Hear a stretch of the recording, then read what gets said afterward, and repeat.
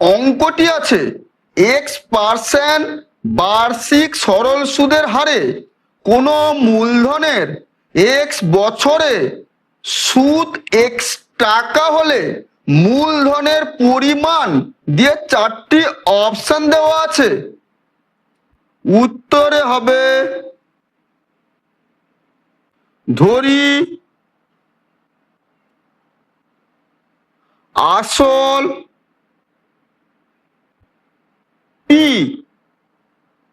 Equal y টাকা, সুদের হার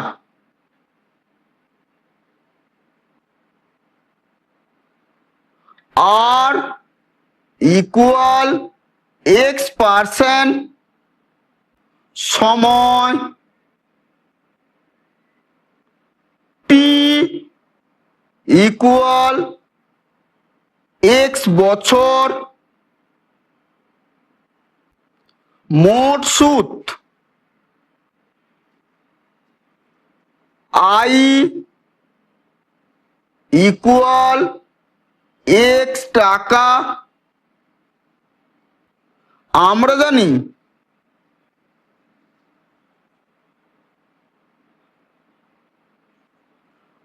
I equal PTR divided by 100।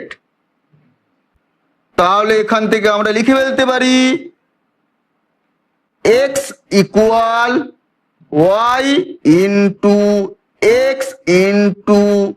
x divided by 100। তাহলে এখান থেকে লেখা যায় 100 x equal y into x। তাহলে এখান থেকে আমরা লিখে ফেলতে পারি y equal 100x divided by x into x।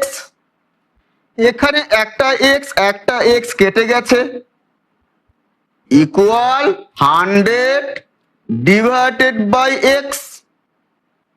তাহলে সঠিক উত্তরটি হবে অপশন সি।